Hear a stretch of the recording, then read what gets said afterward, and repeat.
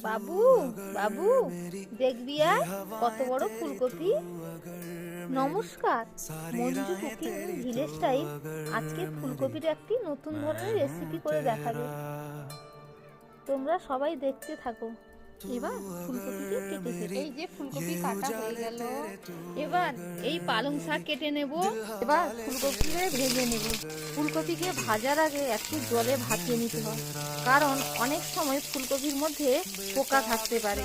গরম জলের মধ্যে ভাপিয়ে নিলে পোকা যদি থাকে বেরিয়ে যাবে। শুকনো লঙ্কা দেওয়া হলো, একটু ভাজা হয়ে যাক। তারপরে বড়ি দিলাম।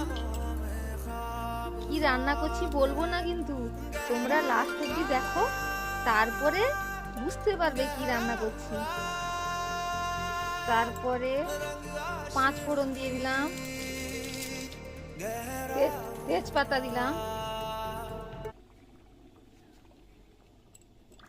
পালং শাকটা একটু ধুয়ে নিই।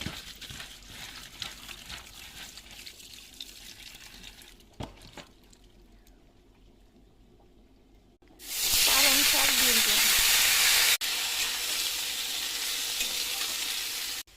পরিমাণ মতন লবণ দিয়ে দিলাম, পরিমাণ মতো হলুদ গুঁড়ো দিলাম।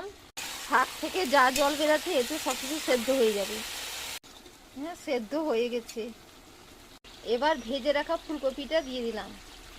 এবার মরিচের গুঁড়ো একটু দিই, মরিচের গুঁড়ো দিলাম, ধনে গুঁড়ো দিলাম। পালং শাক খেতে ভালো লাগে, খুব ভালো লাগে।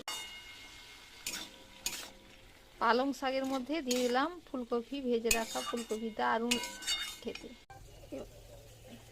এবার হয়ে গেছে, নামিয়ে নিলাম, বাটিতে করে নামিয়ে নিলাম।